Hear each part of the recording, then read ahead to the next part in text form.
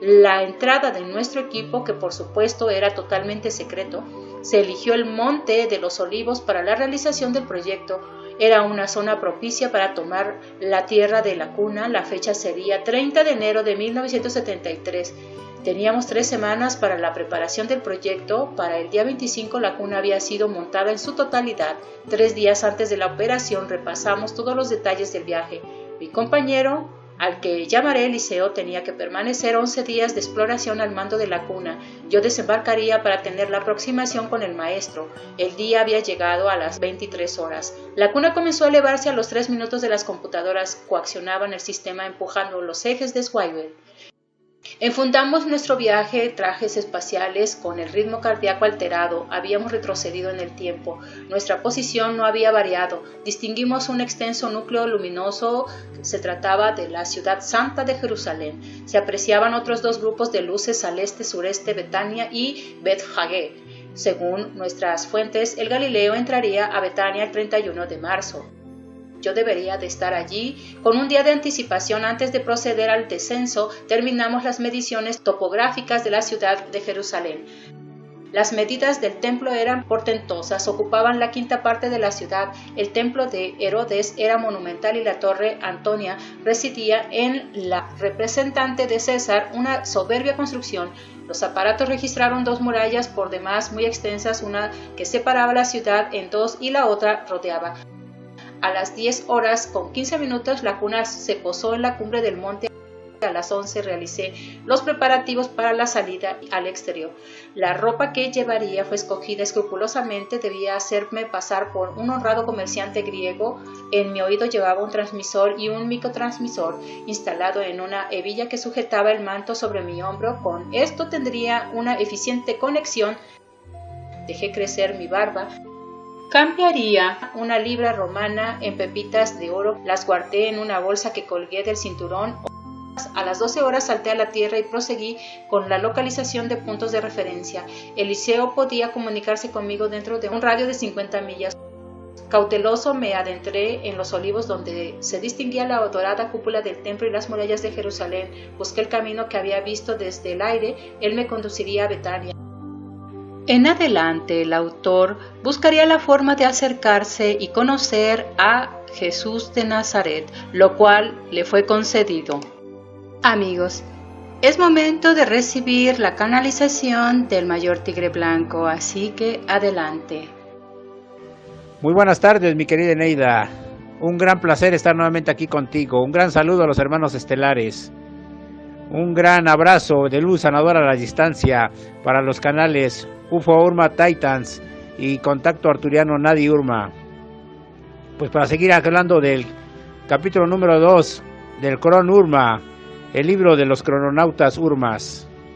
Y es que este segundo capítulo, este segundo episodio, es un tema muy controversial y muy interesante, que tiene tantas opiniones como miembros o como seres hay en este planeta y en este universo, o como conciencias o como unidades de conocimiento hay. Cada quien tiene su propia versión y es válida y respetable desde su punto de vista de evolución. Y es que hablar del Maestro Jesús, o Joshua como muchos lo conocen, o Isha, es hablar de un gran ser que vino a este mundo, de un gran avatar, maestro ascendido, que vino a darnos un conocimiento enorme para la evolución de una raza, de el Homo sapiens, del ser humano. Y es aquí donde los crononautas Urma se han remontado a estos tiempos donde Jesús impartía sus enseñanzas. Pero es aquí donde ya entramos a un tema controversial, puesto que hay quienes afirman que nunca existió y hay quienes afirman que es un ser de origen Anunnaki o que es un ser extraterrestre. Hay muchas versiones y podemos encontrarlos a lo largo de la web, todo tipo de postulaciones y de teorías que hablan sobre de él, de este gran ser. Pues bueno, la información que yo tengo por parte de los crononautas Urma es una canalización de un servidor, el Mayor Tigre Blanco, que en ese sentido nos va a remontar a la época del Galileo, al gigante de Galilea, como se le conoce. Y es aquí donde vemos que su origen es remontarnos a su nacimiento, y que el calendario actual que corre en el 2021, en realidad estaríamos en el 2027, porque él nació 6 años antes. Es lo que se tiene registrado según el calendario actual, y ya con las transformaciones y los adecuamientos gregorianos que se han hecho a través del tiempo. Y bueno, se narra mucho de una novela del autor J.J. Benítez, en el que hubo un experimento en el que fueron al pasado en una nave, y que personajes como Jason o Jasón, como se le decía, y Eliseo estuvieron ahí presentes en las andanzas del maestro.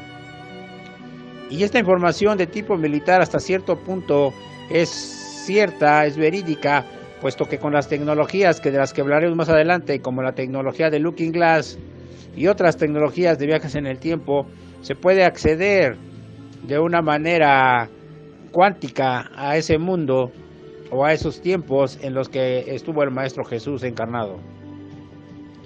Y es aquí que hay que decir que yo, en lo personal, desde que recuerdo, siempre me pregunté qué pasó con el Maestro Jesús de los 12 hasta los 30 años que empezó a predicar, o que empezó más bien a divulgar sus enseñanzas. Y es aquí que por eso la Biblia es un libro que ha estado muy modificado, muy adecuado a los intereses de las élites, a los intereses, y cada quien interpreta de manera diferente este texto sagrado. Pero al día de hoy, como les he mencionado en otros videos, mediante el Consejo de Andrómeda se ha estado gestionando para que se desclasifiquen, entre otros archivos, estos de Jesús, esos textos gnósticos, de parte de ellos encontrados en Ahamadi y otros lugares específicos de la tierra, en Qumran y otros sitios legendarios, la Biblioteca de Alejandría. Que se desclasifiquen todo este tipo de archivos, legado de la humanidad, y que es necesario que se sepa, porque ahí está la verdadera historia de la humanidad, y que aparezcan nuevamente esos evangelios apócrifos en donde los apóstoles escribieron sus enseñanzas asimiladas del Maestro Jesús, los evangelios de María Magdalena, los evangelios de Juan, los evangelios del propio Jesús. Entonces, en ese sentido, tenemos que exigir y pedir que se desclasifiquen todos esos archivos que están en la Biblioteca de Alejandría. Por eso es que en este episodio llamado Proyecto Nazaret, porque es en Nazaret donde realmente su conciencia crística del Maestro Jesús se desarrolla. Pero él desde niño tuvo que aprender a manejar esa gran energía que poseía su avatar. Pero esta energía no era de gratis. ¿Por qué? Porque él fue confeccionado a nivel orgánico, a nivel energético, para que él pudiera encarnar aquí en la tierra. Y desde la lejana estrella de Sirio fue confeccionado por la genética felina. Por eso después, al día de hoy, Jesús sigue como logo solar planetario y sigue escoltado por la Legión de Leones Dorados, seres de 9ª dimensión, de altísima dimensión, que vienen a ayudarle a hacer su trabajo de logos planetario en conjunción con otros maestros ascendidos que han estado aquí en la tierra, como es Maestro Kutumi y Saint Germain, que son ellos los encargados de vigilar ese avance espiritual a nivel conciencia colectiva, o como se le llaman en otras regiones, monadas, para que una raza pueda evolucionar espiritualmente, y son los que están a cargo de ese trabajo. Pero bueno, en ese sentido nosotros tenemos que seguir trabajando en ello para que logramos esa ascensión energética. Es por eso que se preguntaba que si era Anunnaki. Claro que Jesús no es Anunnaki, Jesús es de un origen siriano, donde están los leones azules, seres de altísima dimensión que han evolucionado, y que estoy de acuerdo con lo que decía Rodrigo Romo, que esos seres de Sirio, esos leones azules, han evolucionado de una gran manera, y que nosotros, los Urma, que pertenecemos en su mayoría a la 7ª dimensión, como un servidor en su nivel 3, estamos aquí todavía cazando draconianos y ayudando a la humanidad como guardianes interplanetarios para que la humanidad pueda salir. Pero Jesús, su gran energía crística, sigue flotando dentro y fuera de la Tierra, en el micro y en el macrocosmos de nosotros. Por eso es de que los Urma Nos dicen en sus viajes que conocieron al niño Jesús en su etapa infantil, que él esa gran energía la tuvo que aprender a conducir y a canalizar, porque era tanto su poder energético que así como podía ayudar y como después lo hizo a resucitar muertos, podía también causar el descenso de las personas que no le agradaban, porque como ser humano encarnado tenía la polaridad positiva y negativa y era capaz también de causar un desencarne de cualquier ser que tratara de atacarlo.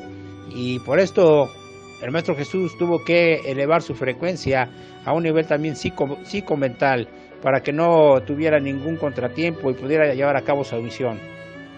Y es aquí que en los años perdidos de Jesús y de este proyecto que nos habla JJ Benítez en Caballo de Troya, en cierta forma tiene razón, porque se ha tratado, y se dice por ahí, de clonar al Maestro Jesús. Pero hay que recordar que esto es un proyecto de la Federación que viene desde muy arriba. Todo está supervisado y no es así como que ya voy y clono al maestro o me robo su genética, sino que precisamente esa es la labor de los crononautas Surma, ir a custodiar al Maestro Jesús, a cuidarlo de cualquier tipo de cosa que se le pudiera hacer o se le pudiera atacar. Entonces, en ese sentido, esta teoría de querer ir por la genética del Maestro Jesús y de clonarlo, pues no tiene como que mucho fundamento, porque aún en ese tiempo, en su encarnación, Jesús es escoltado y custodiado por los leones dorados. Por eso es de que les digo que la información que tenemos es como piezas de rompecabezas que las tenemos que ir ajustando. Y en esos años perdidos de Jesús, Jesús se hizo cargo de su familia hasta los 17 años. Pero con toda esa sabiduría y todo ese conocimiento que tuvo, inició varios viajes. Hizo 3, por decirlo así, en 3 etapas diferentes, 3 tours de viajes. Fue a India, en Cachemira, fue a las pirámides de Egipto y regresó a Alejandría, donde en alguna ocasión sus padres, cuando él era muy niño, muy bebé, lo llevaron. Y se recreó en esa biblioteca de Alejandría, que él sabía que ahí estaba el conocimiento o parte del gran conocimiento humano. Posteriormente, después del evento de la crucifixión, él hizo otro viaje a otras regiones ancestrales en el Medio Oriente y más allá. Entonces, todo esto tiene que salir a la luz, porque ahí está atestificado por los viajeros del tiempo. Entonces, entendemos en ese sentido, y para todos los que dicen que la segunda venida de Cristo en realidad no es un avatar que va a reencarnar como Jesús, sino es la energía, la conciencia crística. Porque ahorita que les hablaba de la ingeniería genética que se hizo para fortalecer el avatar donde iba a encarnar Jesús, que se hizo en Sirio, fue un proyecto a nivel de los Kumara y más allá, y más elevado, a nivel de los hijos paradisíacos, en los que acordaron que tenía que encarnar este logos planetario, y para esto la energía de Micael fue en conjunción con el ser crístico, con el alma elevada de Jesús, que encarnaron como uno solo en un fractal, y por eso tenían tanta fuerza y tanta energía para poder llevar a cabo su misión.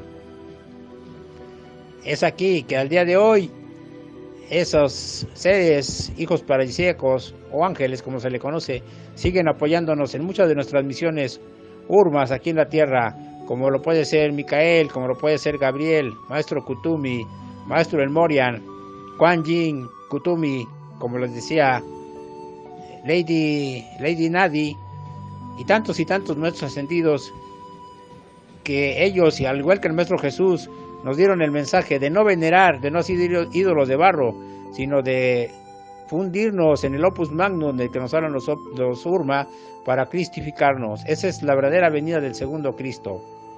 Entonces, en ese sentido, tenemos que entender cuál es el proceso real de cada uno con relación al Cristo, y que las religiones han deformado, porque ese Cristo que yo veía desde niño en las iglesias, todo golpeado y todo masacrado, Yo desde niño, que tuve una conciencia un tanto abierta, entendí que eso no podía ser lo que significaba el mensaje de Cristo, verlo crucificado, verlo todo masacrado, verlo sangrante, que más bien era como en el tiempo de Espartaco, un estandarte que se ponía para que la gente y el conglomerado que quisiera imitar al maestro viera lo que había pasado. Es como en esos tiempos de los romanos, cuando alguna legión vencía sobre otra, ponían de ejemplo en crucifixiones para ejemplo de los demás. Eran como unos, por decir, marcar el territorio y imponer el poderío de tal o cual ejército. En ese sentido, yo siempre lo tuve claro. Por eso, desde niño siempre cuestioné por qué en la religión me hablaban de un Dios castigador. Si yo sabía que Dios, como se concebía o como se concibe en ese tiempo, era una energía que ahora sé que es la fuente cósmica infinita, que no podía haber un Dios castigador que por tal o cual hecho te castigara, o un Dios cambalachero que si te portas bien te doy un dulce, o te cumplo tus deseos, o te traigo tus regalos de Reyes Magos. Es por eso que al día de hoy todo este conocimiento se devela para que nosotros en estas épocas navideñas